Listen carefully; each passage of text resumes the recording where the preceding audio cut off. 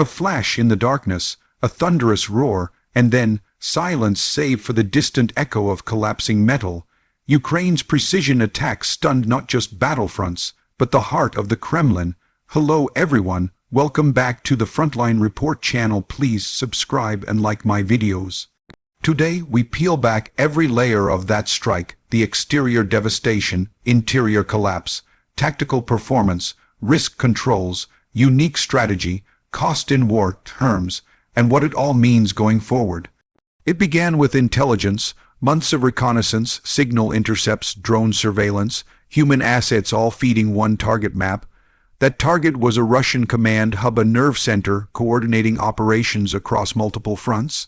Ukraine's leadership decided to deliver a blow not just physical but symbolic, strike deep, hit the brain, and send shockwaves through Russian command. Outside, the damage is brutal. Satellite shots after the attack reveal cratered terrain around the command site. The outer security walls are ruptured, guard posts flattened, and anti-air installations twisted or destroyed. The main building's facade is torn apart, windows blown out, facades peeled, concrete spalling from blast shock. Radar arrays and antennas lie bent or toppled. Burned vehicles litter the compound grounds, their frames ghosts among smoldering wreckage. Smoke plumes rise from multiple impact points. The fire has spread across rooftops and corridors. Some secondary explosions suggest ammunition or fuel stores detonated after the initial hit, cascading damage further outward. Approaching roads are blocked by debris, shattered reinforcements, and bits of twisted metal. In all, the exterior paints the picture of a surgical strike turned destructive storm. The site is incapacitated, communication nodes shattered, and defenses neutralized. Inside, the devastation is concentrated but telling. The control rooms are gutted, consoles melted, screens shattered, command panels twisted. Wiring and data cables hang like broken veins from ceilings. Interior blast doors are blown inward, rooms flooded from ruptured plumbing. In some sectors, emergency power systems failed, leaving dark chambers with glowing embers. The core decision rooms, war rooms, and classified archives are charred, and remaining files illegible. In the basement bunkers, structural supports are cracked, ventilation shafts collapsed, and some stairwells blocked by rubble. The interior may be short, but it reveals the heart of command utterly disabled. The performance of this operation is nothing short of elite. Multiple systems had to align: timing, stealth, decoy operations, suppression of air defenses, and redundancy in strike vectors. It appears Ukraine deployed a mix of guided missiles, drones, and possibly electronic warfare assets to blind Russian detection. The strikes were synchronized: first suppressive assets to degrade radars, then the main warhead waves aimed directly at the command center's core systems. Reports suggest that communications went dark almost instantaneously across that region. Russian units nearby were delayed in receiving orders. Command chains scrambled to switch to backups.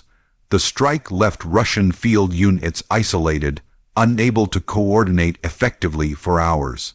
All this with apparently minimal leakage. Russian defenses detected the attack too late to respond effectively.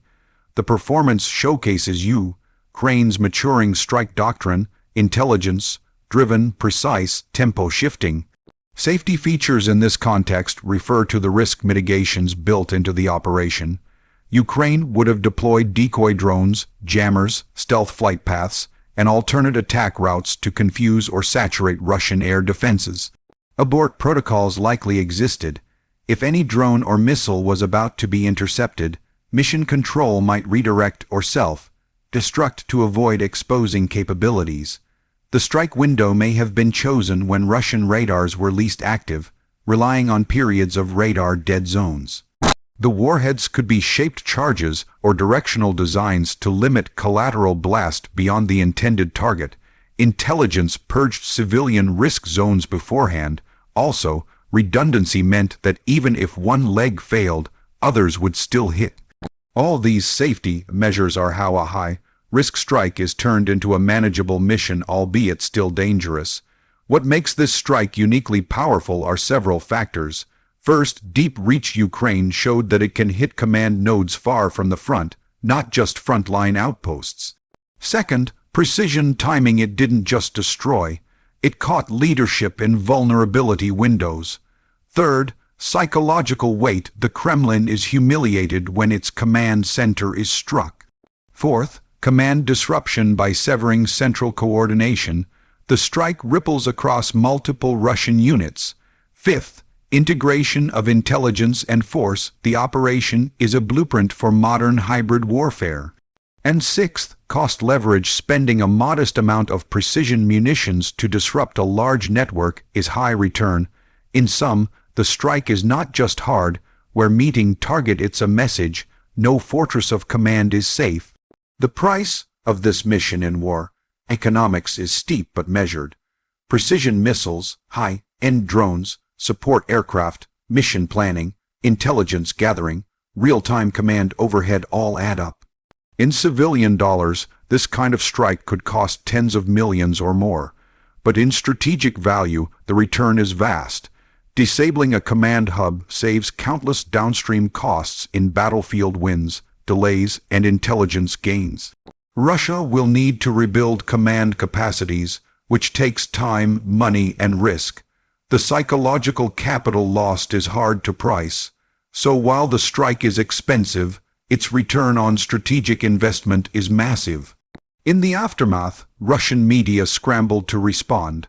Denials, attempts to downplay, claims of minor damage, but satellite and open-source imagery told a different story. Blackened ruins, multiple fire sites, communications blackouts. Russian units in the region reported confusion and delays in command.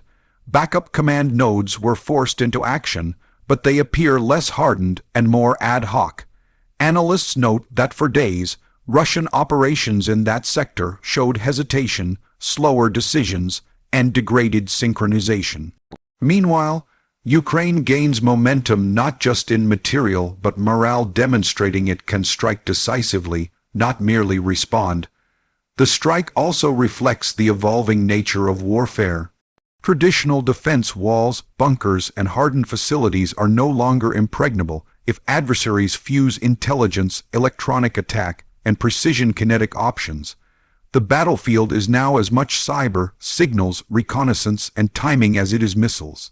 Ukraine's operation illustrates the transition to information-enabled warfare. Command and control, once safe behind layers, are now as vulnerable as front trenches. For Putin, this is humiliation and a narrative blow. Projects of invincibility, narratives of control, and internal confidence are shaken when a command node is reduced to ruin.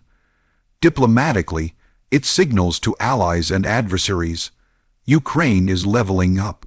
Militarily, it forces Russia to reallocate resources to protect inner sanctums rather than just the front. Strategically, it may shift how future operations are planned. Forces may disperse command, increase deception, and invest heavily in air defenses over a broader zone. The smoking ruins of the command center will be studied for years. Every exposed circuit board, every blast line, each fragment of destroyed hardware will tell engineers and analysts where defenses failed, where attackers excelled. Russia may rebuild, but the memory of failure and exposure will linger. For Ukraine, it's validation. For the world, it's a model of how small powers can challenge great ones with smart tools. In conclusion, Ukraine's precision attack stuns Putin is more than a headline, it is a turning point. We've seen exterior destruction, interior collapse, the performance of advanced tactics, the safety engineering behind the mission, and the unique leverage this kind of strike brings. The cost is high, but so is the return. The message is clear. Command centers are no longer safe havens. For those watching this war unfold, this strike may illustrate the next phase where intelligence, precision, and audacity determine outcomes as much as raw firepower. If you found this breakdown insightful, hit that like button, share it widely, and subscribe to the Frontline Report channel for more deep analysis. The war is changing and we'll keep unraveling it, one strike at a time.